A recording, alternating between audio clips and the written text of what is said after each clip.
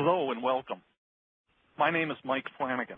I'm a partner with Foley and Lardner and chair of Foley's food industry team. I'm pleased to welcome you to our NewsFeed quarterly web conference series. Today's program will focus on three topics significantly impacting the food industry: the Food Safety Modernization Act, biodegradable claims and related federal and state enforcement, and the AT&T Mobility v. Concepcion case and potential relief from employee class actions through mandatory arbitration programs. Joining me today to provide their insights are three great speakers: Nate Beaver, Eileen Ridley, and John Douglas. Nate Beaver is a partner in Foley's Washington, D.C. office and is a member of the firm's government and public policy and FDA practices and a member of our food industry and life science industry teams. Nate's practice focuses on the representation of manufacturers whose products and activities are regulated by the FDA, and he regularly advises clients on issues affecting food, food ingredient, and dietary supplements manufacturers and distributors. Eileen Ridley is managing partner of the firm's San Francisco office and vice chair of the litigation department.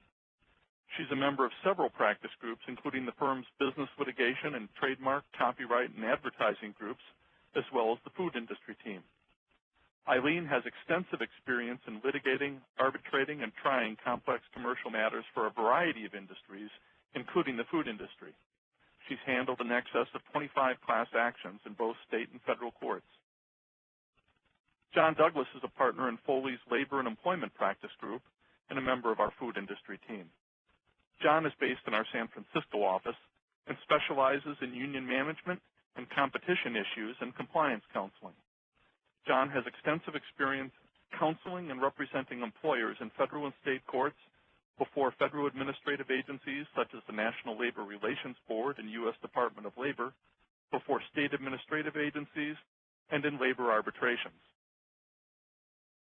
Before I turn the program over to Nate, I'd like to go over a few housekeeping items. This program will last approximately 1 hour. We encourage you to ask questions throughout the program. Simply click Q&A on the menu bar and type your question. Foley will apply for 1 hour of CLE credit after the web conference.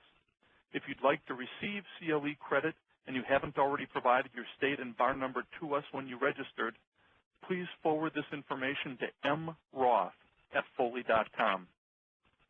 Today's program is being recorded and will be available on our website. For audio assistance, please press *0. And now, I'm very pleased to turn today's program over to Nate Beaver. Thanks, Mike. Good morning and good afternoon to everyone, and thank you for being here today. As Mike mentioned, I'm going to be talking about the Food Safety Modernization Act today. The Food Safety Modernization Act was signed into law at the beginning of this year, January 4th, 2011. So we're about 6 months into the implementation of the Act at this point. It places both significant burdens on companies as well as FDA, and in addition to that, there are both significant costs associated with some of these provisions with respect to companies, but also with respect to the responsibilities that FDA bears in implementation of the Act. At the moment, we have an uncertain implementation given some of the responsibilities placed on FDA with respect to funding of the Act that I'll talk about in a little bit. To give a brief overview of the Food Safety Modernization Act, it begins by requiring biennial registration of food facilities. Now, many of you may already know under the Bioterrorism Act of 2002, owners, operators, or agents in charge of domestic or foreign facilities that manufacture, process, pack, or hold food for human or animal consumption in the U.S. must register their facility with FDA. The FSMA builds upon the requirements of the Bioterrorism Act to require biennial registration. This will begin in the fall of 2012. Now, under the FSMA, there is no registration fees, and this is significant because under other provisions of the bill, which ultimately did not pass, there had been discussions of registration fees of up to $500 per facility, which of course for some companies with multiple facilities would have been extensive. But under the law that ultimately passed, there is no registration fee required under the Act. There are, however, other fees associated with the statute. These include reinspection fees, recall fees, and export certification fees.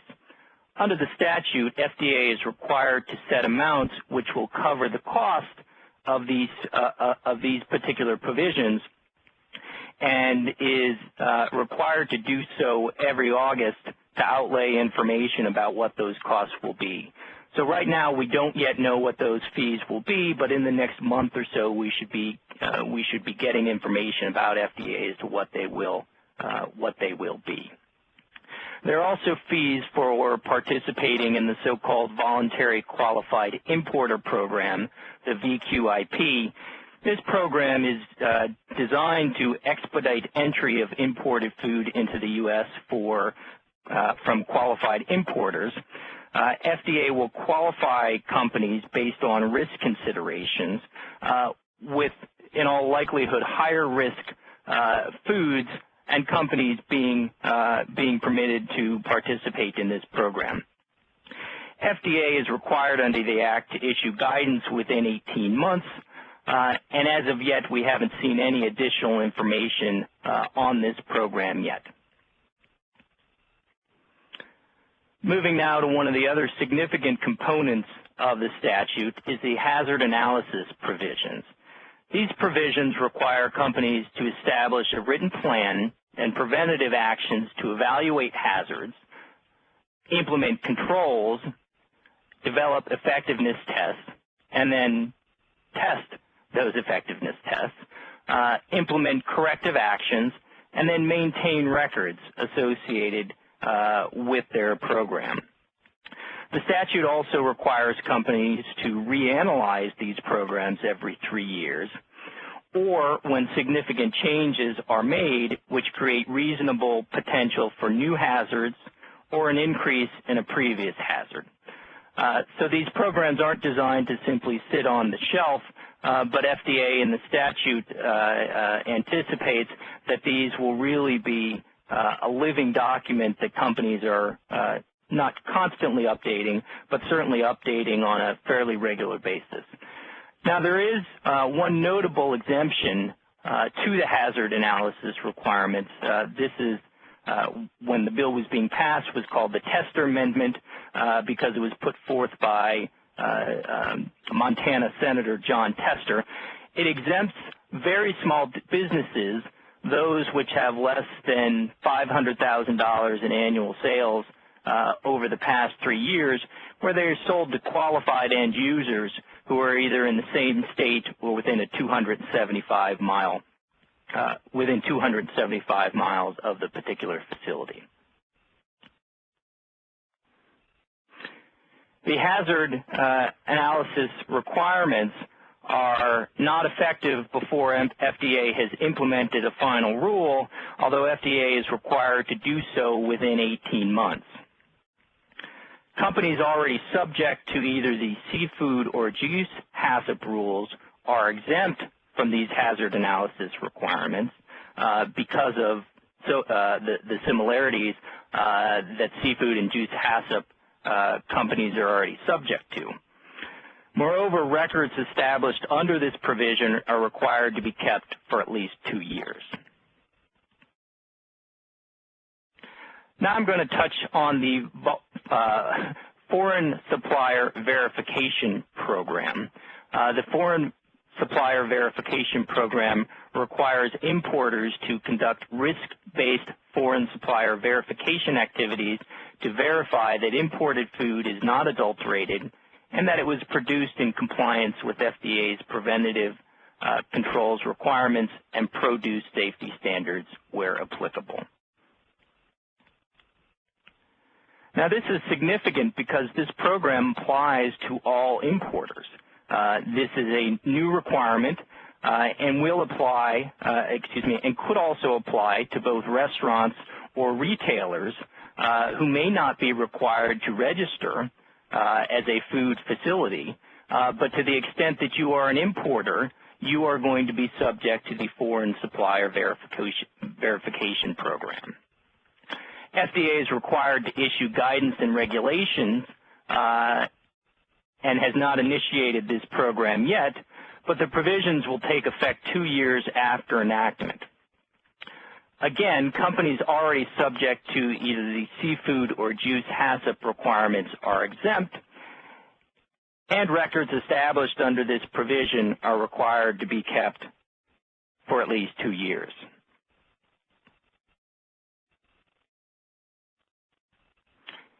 Inspections. The FSMA places significant burdens on FDA to really ramp up inspections. It requires FDA to identify so-called high-risk facilities based on known risks, safety risks, including the type of food, history of recalls, hazard identification, and other known risks. Inspections are required not less than once in a 5-year period following enactment, and not less than once every 3 years following that. This is, of course, only for domestic facilities, and I think it says something when a facility needs to be inspected at least after enactment once in the 5-year period to give you some sense of FDA's current capabilities in inspecting food facilities and food manufacturers. Now, with respect to facilities that are deemed non-high risk, the statute requires that they be inspected once within the first 7 years of enactment and once every 5 years afterwards. Now, with respect to foreign firms, the statute does not give time-based provisions, but gives FDA number-based provisions. FDA is required to inspect at least 600 facilities per year in the first year of enactment with respect to foreign firms, and double each year after that for the next 5 years. Notably, FDA can rely on both state and local inspectors to assist with these inspections.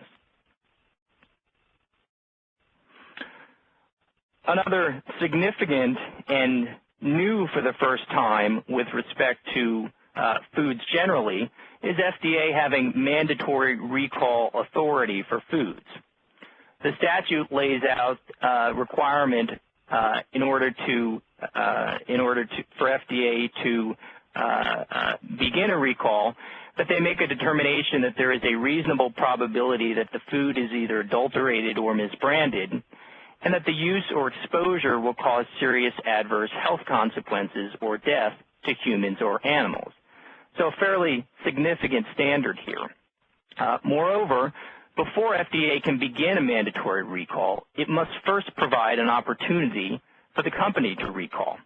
If the company does not do so, quote, within the time and manner prescribed by FDA, FDA may order a recall itself.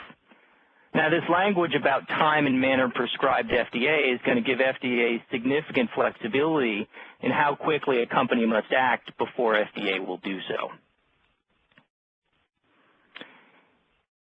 If a mandatory recall is issued by FDA, it must offer the party an informal hearing within 2 days of the order. Moreover, there are civil monetary penalties for noncompliance. FDA, in their guidance with respect to the Food Safety Modernization Act, has said that it anticipates that instances where it initiates a mandatory recall will be rare. However, it's important to note that these provisions took effect upon passage of the Act. In the first 6 or 7 months that we have seen here, I have not become aware, and FDA has not made public any mandatory recalls that it has taken. Another important provision that I think is worth touching on is so-called tracking and tracing requirements. The statute requires FDA to establish so-called pilot programs for rapidly tracking and tracing foods in the event of the outbreak, and requires rulemaking to establish record-keeping requirements for so-called high-risk foods. I think so long as we see things like the E. coli outbreak in Germany recently, and other high-profile food safety issues, that these so-called tracking and tracing provisions are going to become more important and take on more significance. So I think it's going to be an area, especially with respect to how FDA is going to define what constitutes a high risk, that's going to be of significant importance to companies who may be affected by those provisions. Another area that I want to touch on is the reportable food registry. Many of you may know that the reportable food registry was originally passed as part of the FDA Amendments Act of 2007, and many of you, or at least some of you, may have already submitted events to the reportable food registry. The FSMA builds upon the requirements that are already there with respect to the reportable food registry, but places an emphasis on consumer information. So the FSMA requires consumer-oriented information, except with respect to raw fruits and vegetables, that when making a submission to give a description of the food, affected product ID codes, and contact information for responsible parties. Now, for some of you who may have already done submissions through the reportable food registry, you may be saying, well, this is already information that I've already been providing. Well, the other significant component of this is FDA is now required to take this information and is required to prepare a one-page summary of reportable foods for Internet use as well as groceries. So, for example, if a store sold a particular food which had been had an event which necessitated a report to the food registry, that store must display for 14 days and no later than 24 hours after first become available information about the event that required the submission to the reportable food registry. Moreover, FDA must issue a list of so-called conspicuous locations for notifications within a year. So for food retailers, this is an area that they're going to become more aware of as FDA publishes more guidance on this particular portion of the reportable food registry. The statute requires FDA to begin publishing guidance within 18 months of enactment, so this is an area that people should keep an eye on with respect to changes to the reportable food registry. All right, now the statute also makes some significant changes to the record-keeping requirements for companies that the FSMA is applicable to. Now, currently, FDA has access to records if it has a so-called, quote, reasonable belief that an article of food is adulterated and presents a threat of serious adverse health consequences or death to humans or animals. What is new about the provisions are there's another standard of reasonable probability that use or exposure will cause serious adverse health consequences. So this reasonable probability, as opposed to a reasonable belief, gives FDA an expanded access to these types of records. Farms and restaurants remain fully exempt from these provisions, however. Now, I've touched on just a few of the provisions in the FSMA, but I do want to point out that there are many other provisions. This was a bill that was over 200 pages long. It also includes foodborne surveillance by FDA, produce standards for raw agricultural commodities, whistleblower protections, sanitary transportation of foods, and more. So it is an area that FDA has significant responsibilities to continue to provide guidance, and I'm going to touch on that now. Before I do that, though, let me talk about two recent implementations that have come into effect. In May 2011, FDA published an interim final rule on the administrative detention of foods. Under this standard, an FDA officer will have authority to administratively detain food if it has a reason to believe it is adulterated or misbranded. Now, this standard is significantly easier to meet compared to the current standard of credible evidence or information indicating that the article of food presents a threat of serious adverse health consequences or death to humans or animals. FDA has not provided a definition of reason to believe, but it has indicated that it will take place on a case-by-case basis. Now, this administrative detention provision allows FDA to detain a food for up to 30 days. During that period, if FDA wants to continue to detain a food, it must pursue either seizure or injunctive remedies. Also in May of 2011, FDA published an interim final rule on prior notice. It requires submitters of prior notice of imported foods, whether for humans or animals, to report any country to which the food has previously been refused entry. FDA also indicated in the rule that it expects submitters to so-called, quote, gather and verify information about whether a food was previously refused entry. So with respect to a food that may have made multiple stops on import, FDA has indicated it will not accept an answer of, I didn't know, as appropriate here. Both rules with respect to administrative detention and prior notice recently took effect on July 3rd. Now, I mentioned earlier the significant responsibilities on companies, but there are also significant responsibilities on FDA. I want to just touch on a couple of these.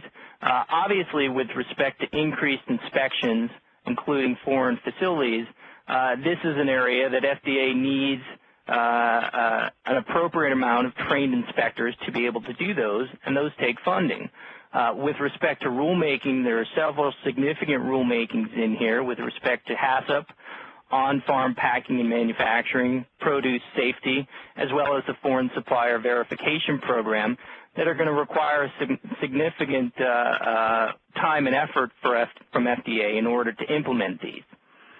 Moreover, the statute requires many different reports on comprehensive food safety, annual reports, reports on track and trace program, pilot program, as well as an annual report on foodborne illness.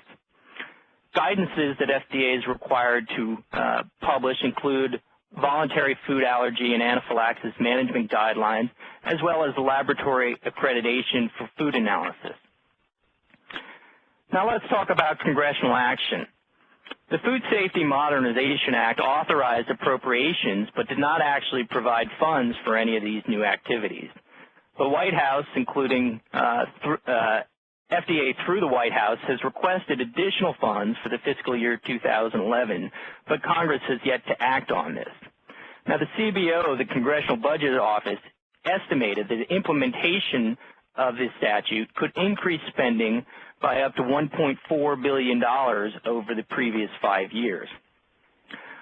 It's worthwhile to note that FDA's budget for foods for this current fiscal year, for fiscal year 2010, was $784 million. Now, at the moment, there is no Senate bill on the FDA budget, but the House, H.R. 2112, did pass recently.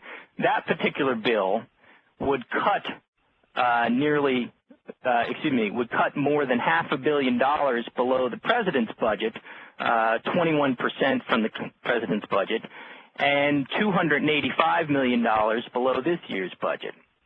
So I don't think there's any question that with respect to those areas that are going to be most costly, which are inspections, rulemaking, and other areas that are both time and resource intensive for FDA, to the extent that FDA's budget is cut, I think we can expect to see implementation and effectiveness in those areas potentially either slow, or in some instances, FDA may not even begin those within the required time frames.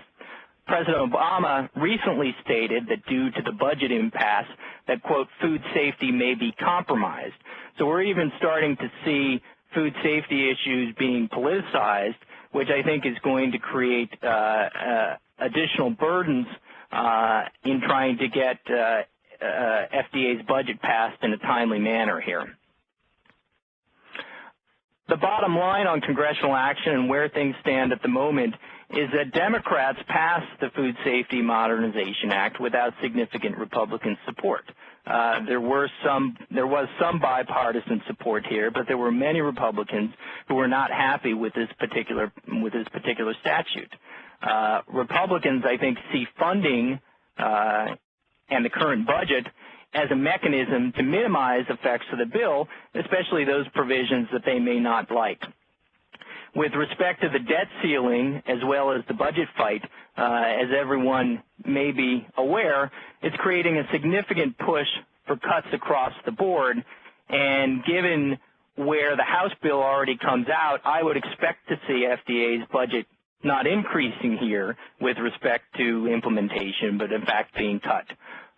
So I think there will be a likely impact on implementation and timing, and I think the areas where we're most likely to see those, again, are areas that are the most time-intensive as well as cost-intensive with respect to inspection, with respect to rulemaking, and with respect to other areas where FDA is required to either publish or implement new rules and new areas under the statute. So with that, I'm going to first let me see if we have any questions here. Actually, we have had a couple of questions come in by email, Nate, before we shift topics. Let me just access them here. The first question relates to the requirements on importers, and is how is an importer defined for purposes of the FSMA? In essence, how broad is that requirement? Sure. The statute does not change the definition of importer, but uses the definition that's already been in place. So an importer is essentially anyone that is currently operating as an importer or taking possession of the goods when they are first imported into the U.S. So again, that's why with respect to the definition of importer, you may see companies that are not required to register as a food facility because they don't hold, produce, or pack products. But if you are an importer, you're going to be subject to those requirements that importers are subject to, most significantly the Foreign Supplier Verification Program. So it is an area where even if you're not a registered food facility, you may be thinking that the Food Safety Modernization Act may not apply, but that's not the case. And I think that's one area where a lot of education is going to be needed to get companies who may not have these provisions on their radar screen yet, but if you qualify as an importer, you're going to be subject to some of these new requirements. Which can in effect include both the owner or the co-signee of the article of food at the time it enters the U.S. That's right. That's right. Good. Second area of questioning relates to the treatment of brokers for purposes of some of the record-keeping requirements. How those play out. With respect to traceability or with respect to brokers in general? With respect to traceability. We have somebody who says that like many companies, they utilize brokers, and the brokers don't really ever take control of product, but technically they're the company that they purchase ingredients from. Would their one back be to the broker, and would they be required to keep records of where they receive the product, or how does their responsibility go in that context?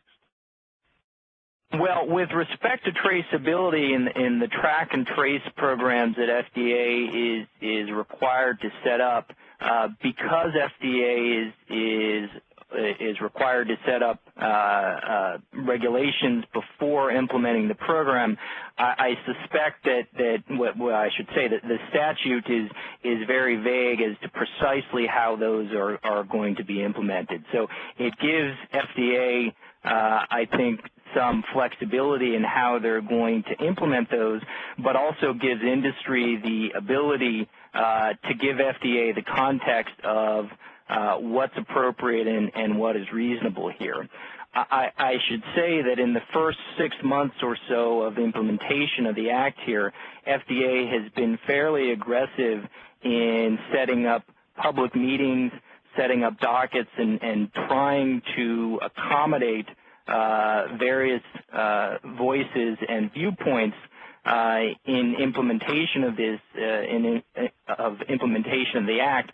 And I think it's important to try and stay aware of those areas where your voice may be able to be heard, to give FDA the context of what's appropriate and what's reasonable, given the vast number of companies that are affected here, and the differences even within the industry in how supply chains and other areas may operate.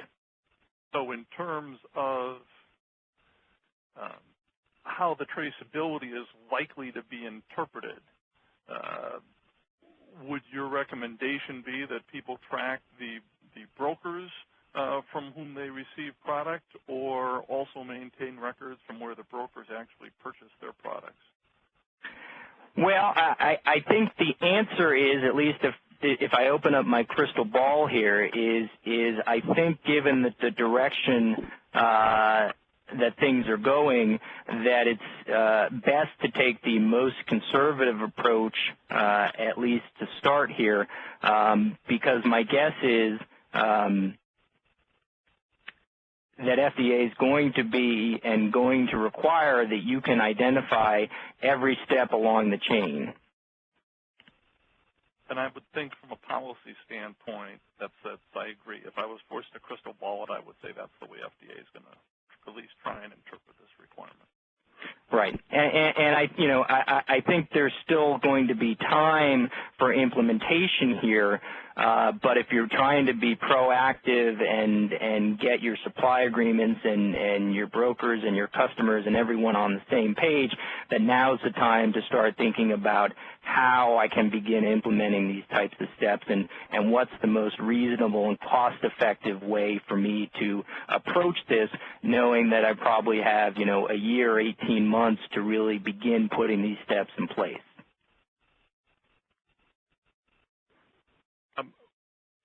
We have had a few other questions come in. I'll try and circle back to this topic because obviously there's a lot of interest in it. We have 2 other topics we want to cover today, and if by chance we are not able to deal with all the questions, we will certainly follow up after the program. With that, let's slide on to our next topic. Hi, my name is Eileen Ridley. I am a partner with the firm, and I'm here to chat with you about specifically claims regarding biodegradability, as well as other green claims. As you can see from the title, there are some real stringent issues regarding being able to make claims that a product or even the package the product is in is biodegradable, or other green type of claims like just degradable or photodegradable, etc.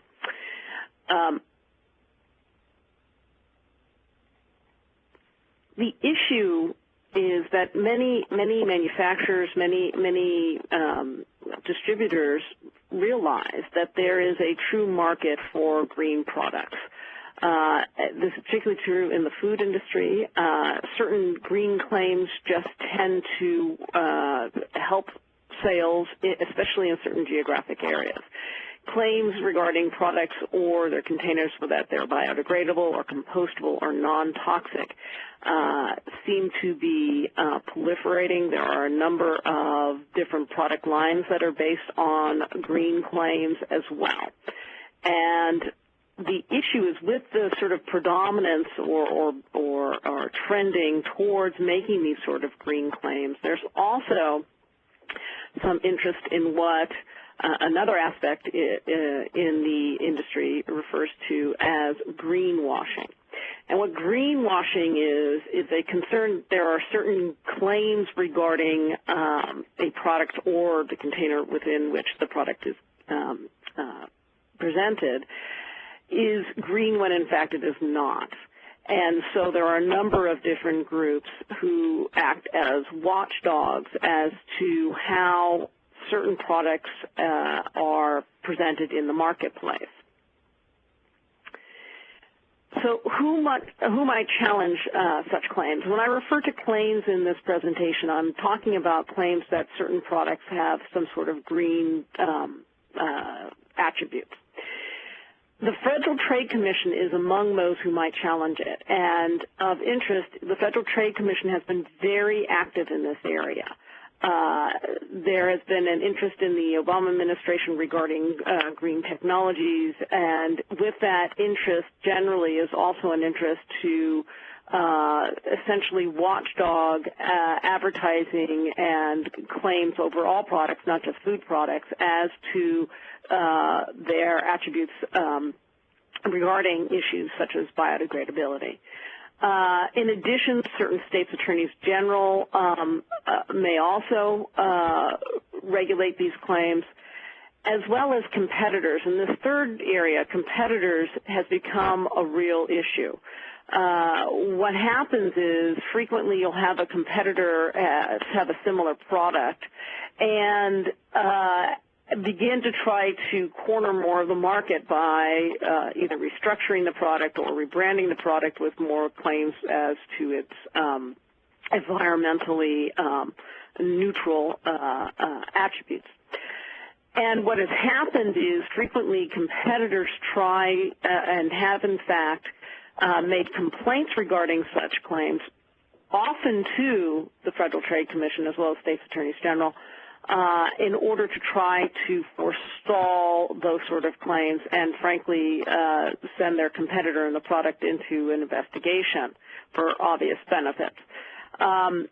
In addition to competitors, there are in certain states private attorney general actions. These actions are civil complaints that can be brought by a citizen of the state in the capacity or in the fiction of being an attorney general regarding claims.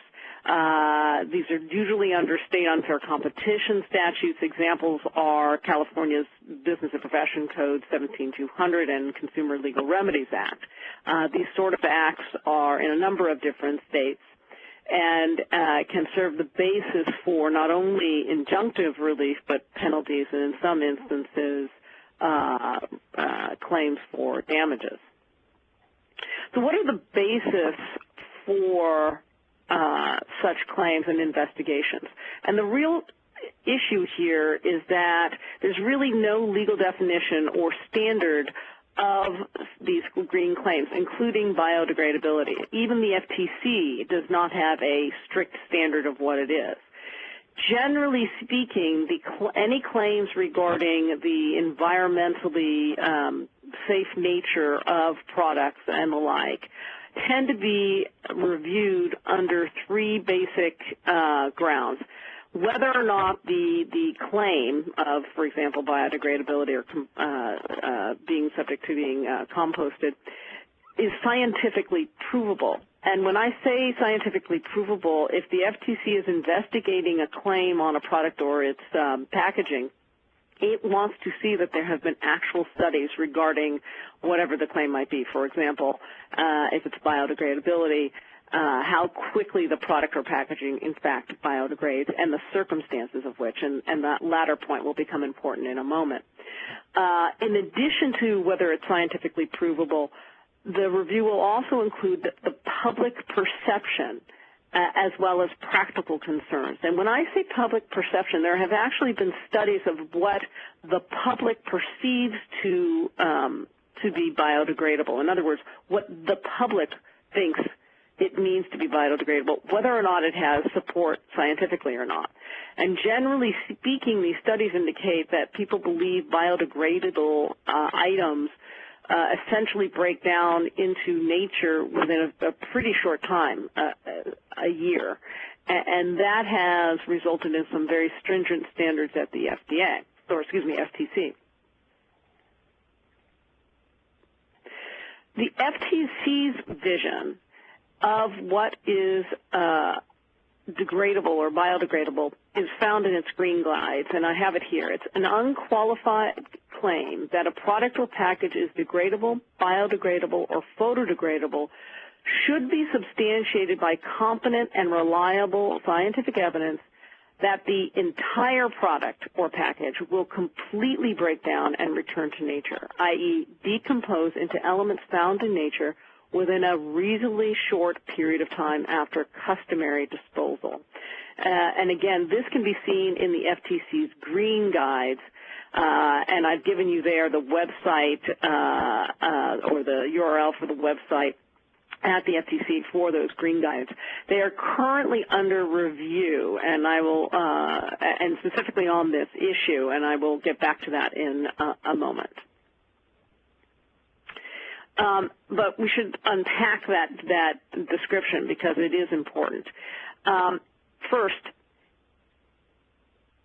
producers have to really consider whether it's the product or the package or both that they are claiming to have these attributes.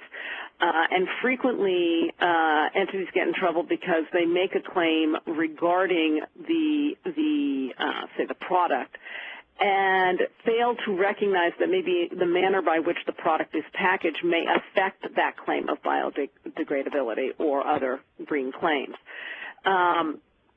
So when making any sort of claims regarding the environmentally safe nature of a product or its package, you should consider both the product and the package and make sure that any claims specifically identify what exactly is the subject of the claim. In other words, is it the product, is it the package, is it both? The competent and reliable scientific evidence, as I said, is very important. Studies and analysis of products and packages is important, but you've got to consider as well not only the basic makeup of the product or the package, but also how the product or package is actually disposed of normally. The FTC goes beyond just what the product is and what the package is. You have to make a review of how that package or product is going to be disposed of. And what this can create is some real problems depending upon where you're selling the product. For example, if you're selling the product in a geographic location that always disposes things in landfills as opposed to another geographic location where there's a robust recycling program, you might have a different result. And I'll get into that as well a little bit more.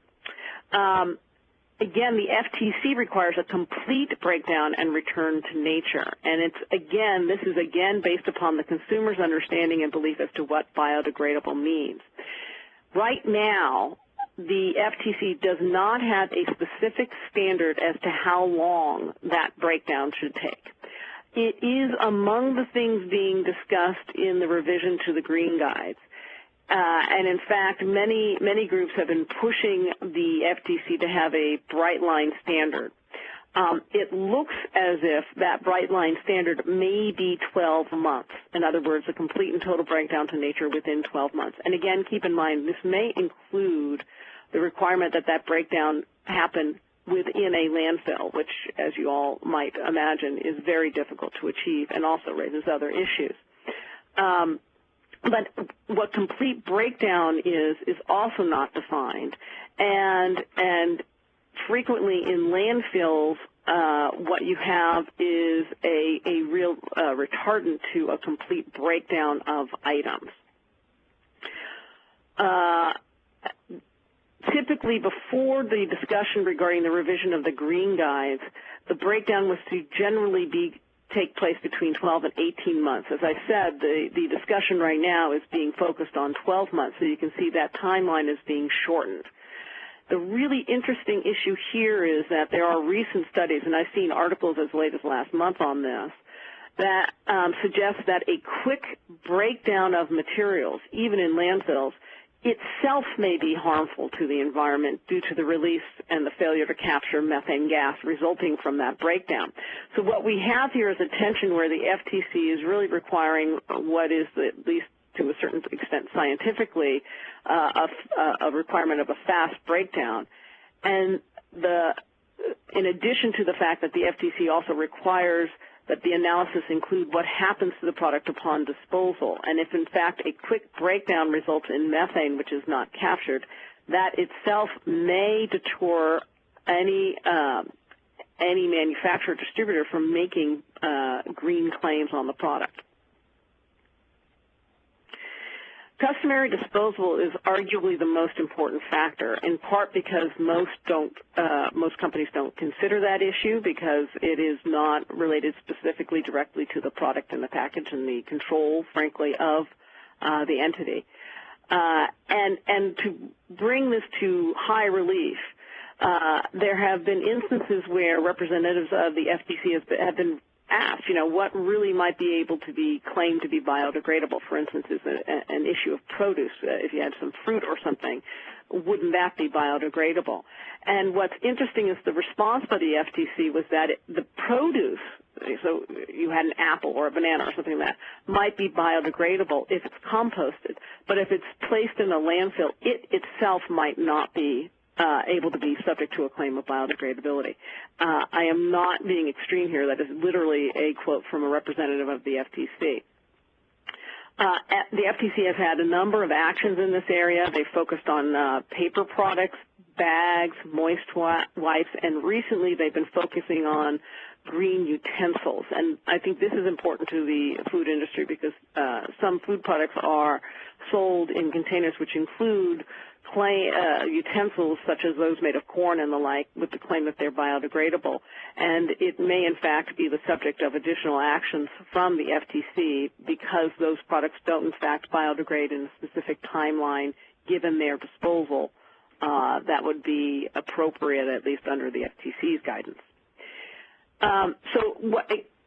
It raises the question, what kind of claims can a product have regarding its environmental attributes? Quite frankly, any non-qualified statement regarding biodegradability and the like is going to be subject to challenge. And the reason really is because of this issue regarding disposal.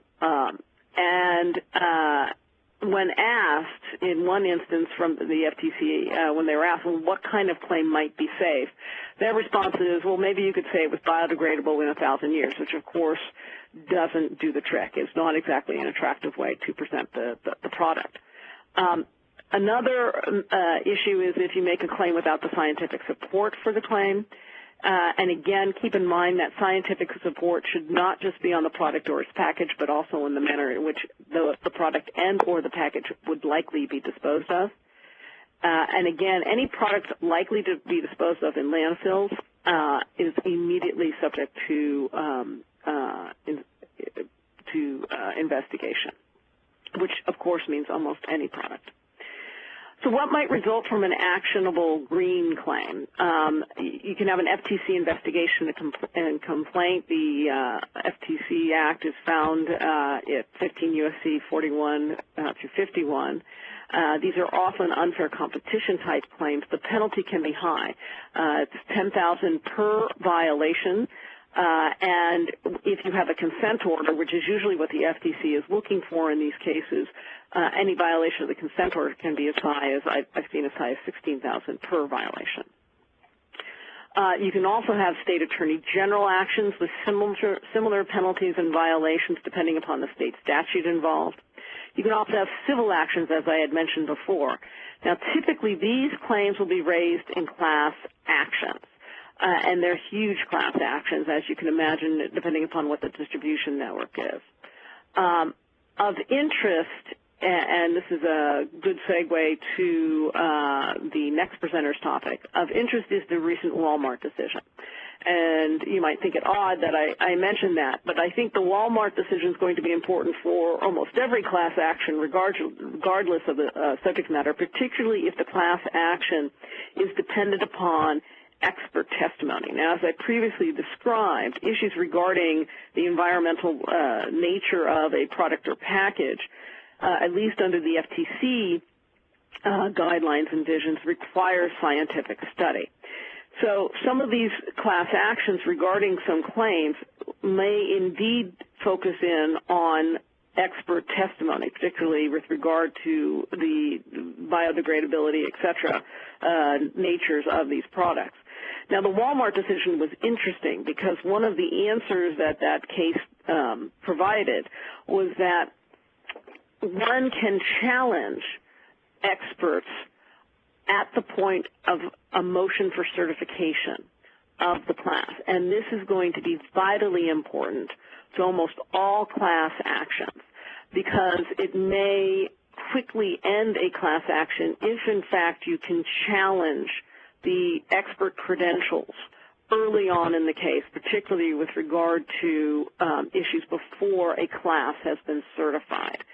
And that will be vitally important, certainly on almost every class action where an expert opinion is important, but certainly with regard to these claims, since the scientific analysis of the environmental claim is one of the major keys to the FTC's actions, as well as the state claims and usually the follow-on civil actions.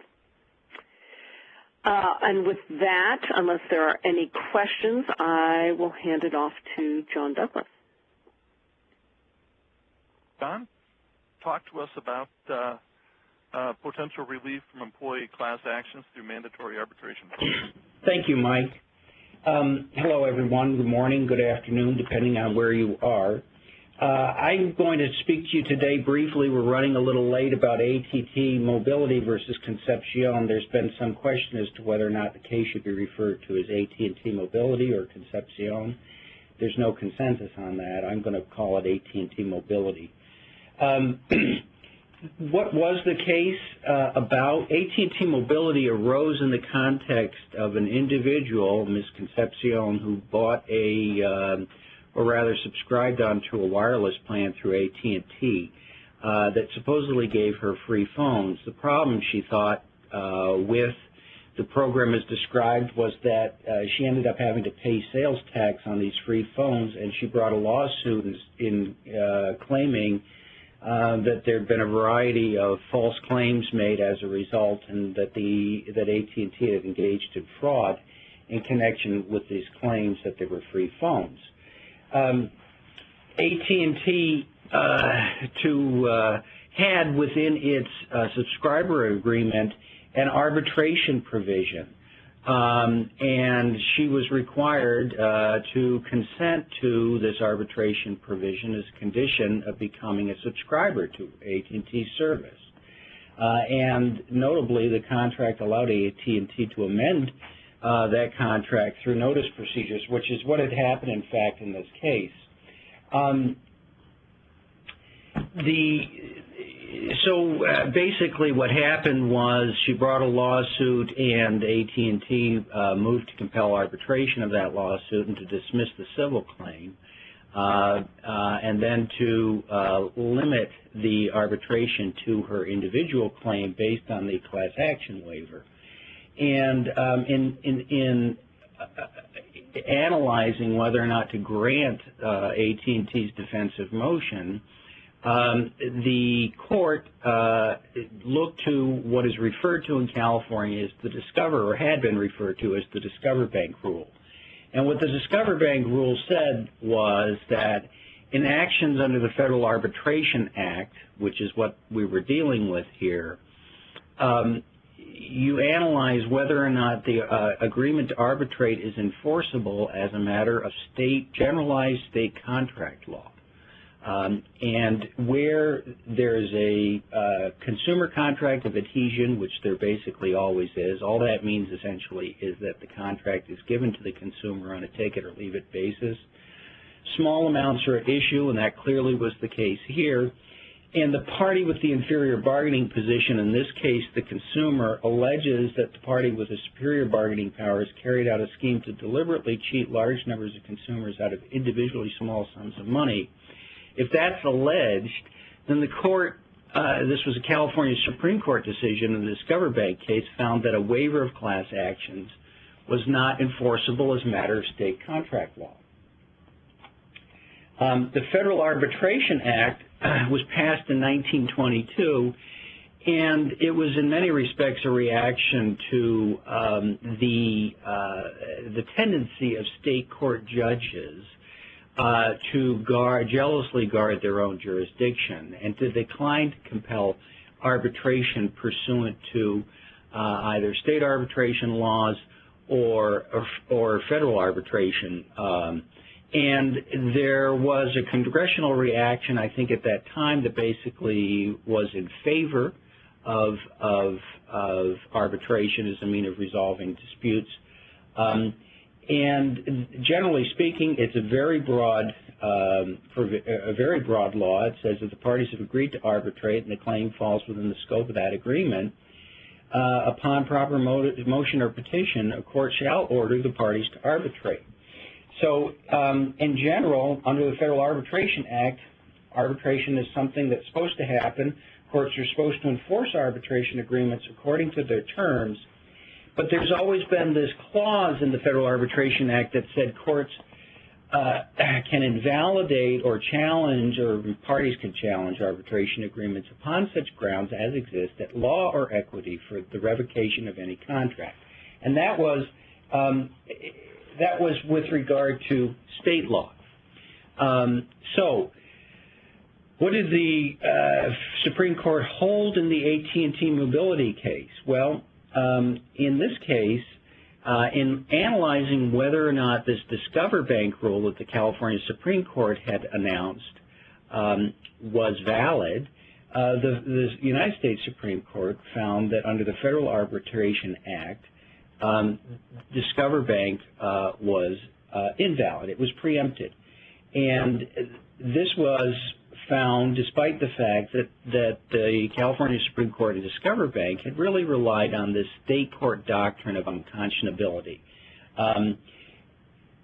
The AT&T Mobility Court found that even generally applicable state laws, whether statute or court created, cannot be applied in a way that specifically disfavors arbitration.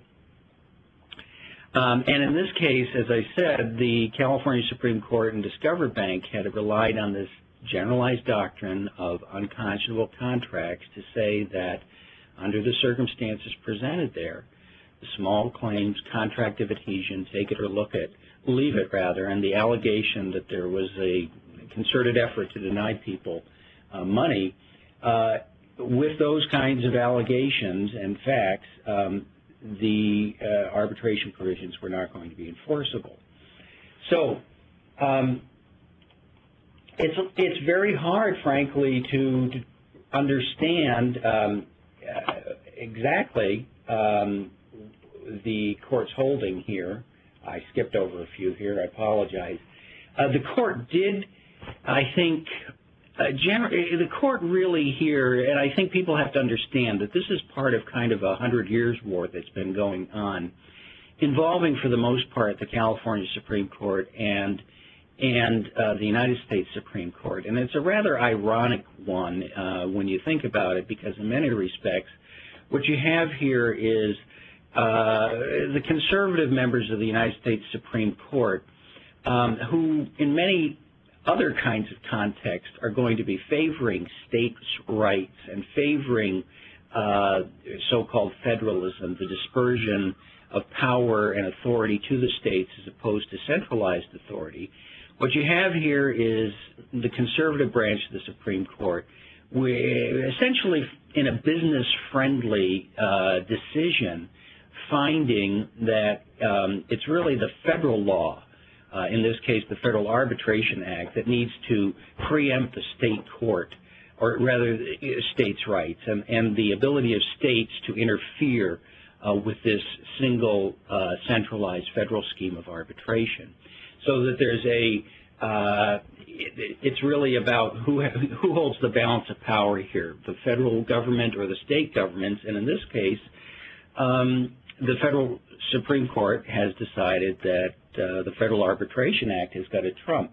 One of the things that was notable in the decision, AT&T had very user-friendly provisions, so that even though individual class-based claims were not allowed in its arbitration process, it did allow individual claims on a fairly favorable basis. It could be an informal process pursued with AT&T. They could do it by telephone or written submission for claims less than $10,000. The arbitrations would be held in the consumer's county of residence. So if you're going to do a mandatory arbitration program as an employer, or for that matter as a producer, the important thing to remember is you don't want to create significant barriers to the individual claims in arbitration. Now, notably, the court, although it invalidated the specific finding in the Discover Bank case that there had been, unconscionability, they did note that states remain free to take steps addressing concerns that attend contracts of adhesion, for example, requiring class action waiver provisions in adhesive arbitration agreements to be highlighted. So it's permissible, for example, according to the Supreme Court here, for a state to say, well, gee, that kind of a provision is fine so long as it's put in, at least 12-point and bolded or something like that. But the court continued to emphasize that such steps cannot conflict with the Federal Arbitration Act or frustrate its purpose to ensure that private arbitration agreements are enforced according to their terms. Well, this decision was, I think, it was viewed when it came down as a huge win for business, both in their capacity as producers of products and also in their capacity as employers. And the reason is because, as many people know, including many people in the food industry, the last 10 years have seen just an avalanche, frankly, of all kinds of class action claims being made against employers. Eileen already talked a little bit about the Walmart decision and the claims that had been made against Walmart, which was a nationwide putative class action related to sex discrimination. That was shot down on other bases. But here, we've also seen, particularly in the food industry, a whole bunch, and we've talked about these before on previous editions of the NewsFeed, of wage and hour class actions, donning and doffing cases, rest and meal break cases, misclassification cases, whether it's an exempt, non-exempt issue or an independent contractor versus employee. And so, unfortunately, if you are an employer, particularly in California, with a large group of employees in any particular classification, you are a very attractive target for class action. That's because even if the class action has only a 10 or 25 or 30% chance of actually winning on the merits, ultimately, it can be so disruptive and the potential exposure associated with can be so great due to the number of people that you've got involved in the case that, you have a significant incentive to try to resolve the matter just with some kind of a payment to the plaintiff's attorneys, which is often the key in these cases, in order to just get it out of your hair. What have been the historic pluses and minuses of mandatory arbitration? Well, the historic pluses are listed here. The real key, I think employers have always viewed it as lessening the risk of a runaway jury. Arguably, it's also lower cost, or at least it has always been thought to be that way. There's generally less discovery and there's no appeals. It's also typically faster. You have some ability to alter the statute of limitations. Another very important, I think, consideration is that in contrast with civil action, it's a confidential process, and it's also flexible. You have much more leeway as private parties to influence the arbitrator's choice of trial dates or to continue a trial date or whatever. The minuses have been that there's really little chance for summary judgment in the case. There's no right to appeal if the arbitrator makes an obvious error. Generally speaking, you have to kind of take the good with the bad. There is a tendency for arbitrators to try to split babies. Some cases need discovery, a significant amount of discovery in an active magistrate, and some cases have needed immediate injunctive relief, and that's a real concern. Other minuses in some jurisdictions, if not all, it has to be a mutual agreement, and that may not be so good for high-tech employees with trade secrets, or employers, it should say. And the employer, generally speaking, has to pay the filing fees and arbitrator costs. But this new case, AT&T Mobility, really seems to offer a great big new plus, which I think on balance argues pretty strongly that employers should, if they have a mandatory arbitration regime already, include in it class action waivers. And if they don't have one already, they really need to start looking at it closely and figuring out whether if that's something you want to do. AT&T Mobility really may present a huge new weapon for employers to prevent employees from bringing class actions. Cases would have to be arbitrated, and arbitrations would have to be conducted on an individual basis.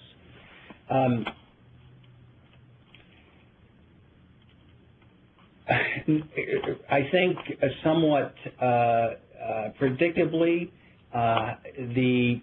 there's been a bit of a hue and cry in response to it, and we'll talk quickly about the congressional reaction, the National Labor Relations Board reaction, and what we anticipate courts are going to do with the case.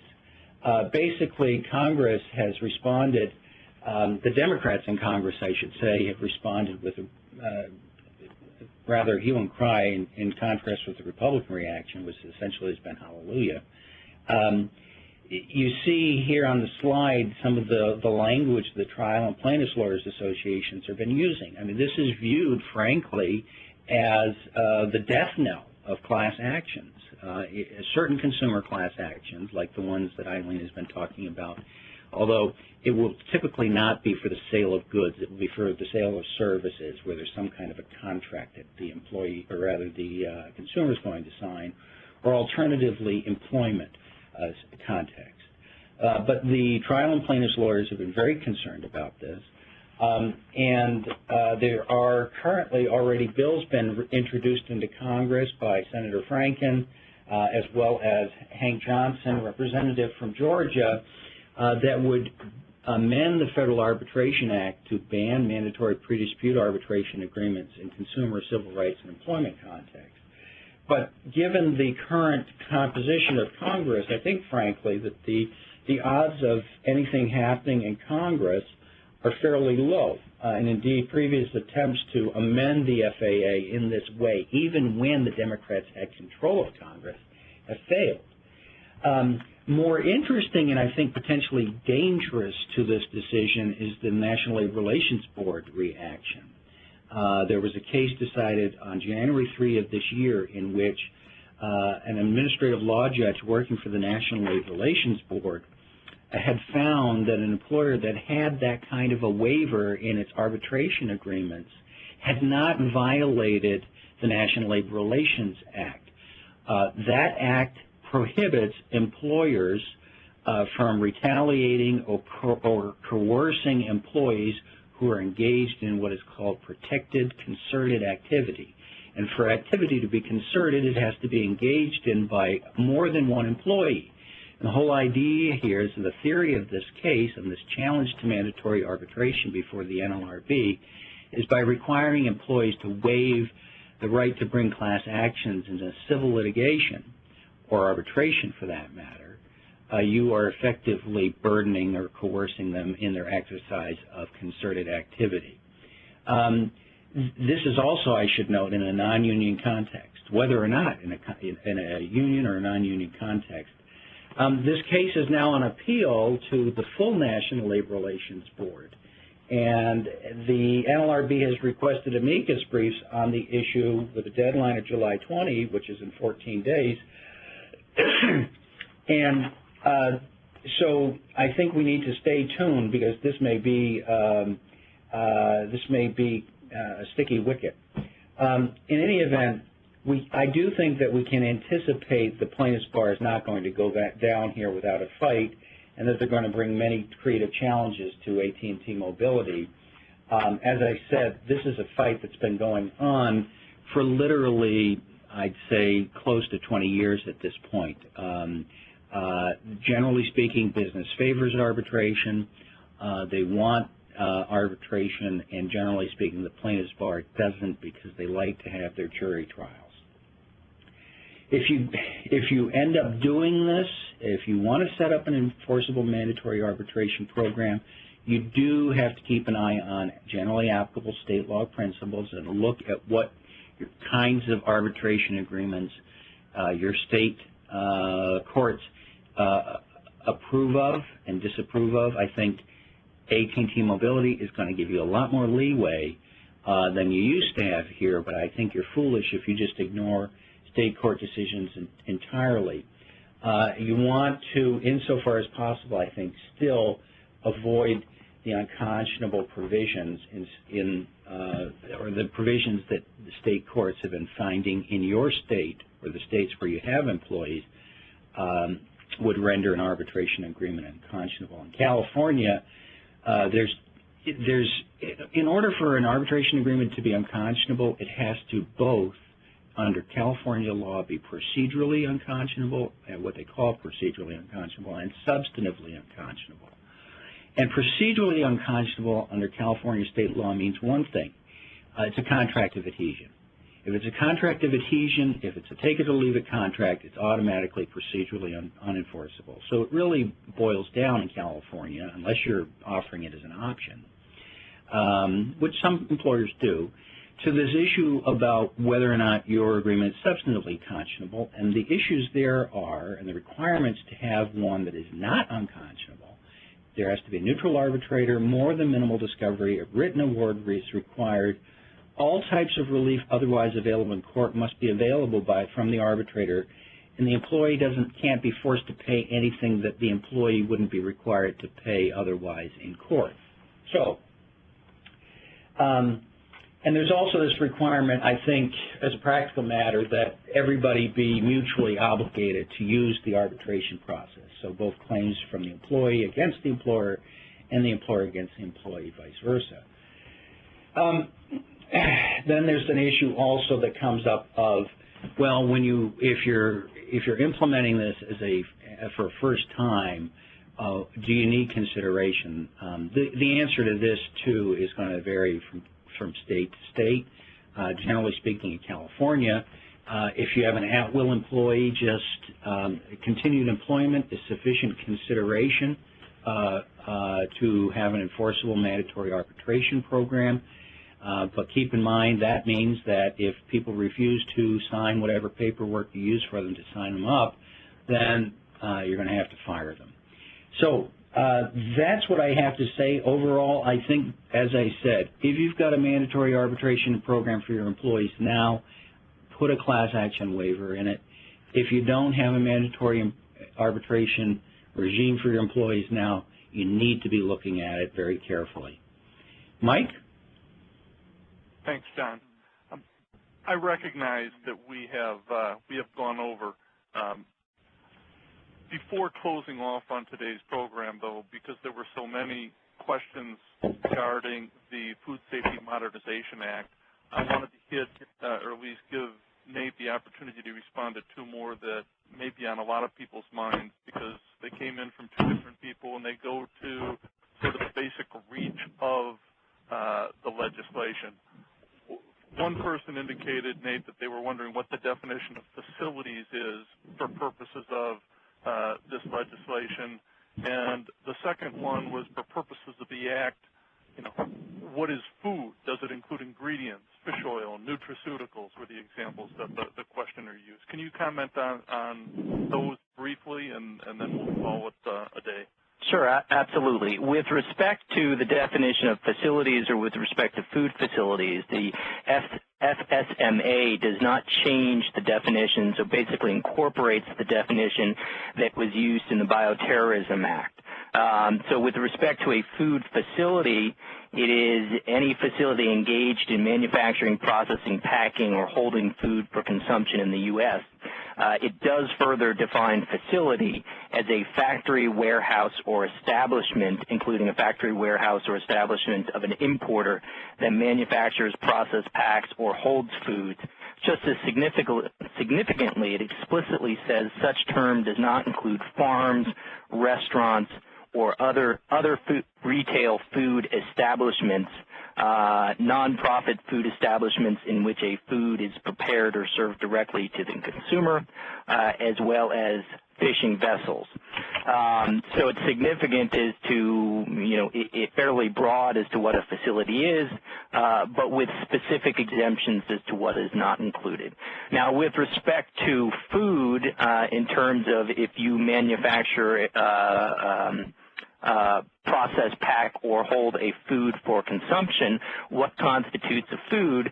Well, for that we look directly to the definition of food in Part 201 of the Act, which essentially says a food is an article used for food or drink for man or other animals, chewing gum, or any articles used for components of such food. So with respect to the regulation, FDA has said this includes dietary supplements and dietary ingredients, infant formula, beverages, including both alcoholic beverages and bottled water, fruits and vegetables, fish and seafood, dairy products, raw agricultural commodities, baked goods, live food animals, as well as animal feeds and pet food. So the definition of food itself in terms of what's applicable here is very, very broad. The statute only has two relatively modest exemptions. A manufacturer that makes only food contact substances, and let me say that again, food contact substances, and pesticides are not considered to be foods for purposes of the rule. So if you are a manufacturer that makes only pesticides or food contact substances, that is not considered to be food with respect to the registration requirements under the Act. Great. Thanks, Nate. This wraps up the program. I apologize for going over time, but we wanted to get to as many of your questions as we could. I invite you to contact any of today's speakers if you have additional questions or would like more information on their particular topics. We'll be sending out soon a Save the Date announcement for our next quarterly webinar, so please keep an eye out for that. Thanks again for joining us, and have a good day.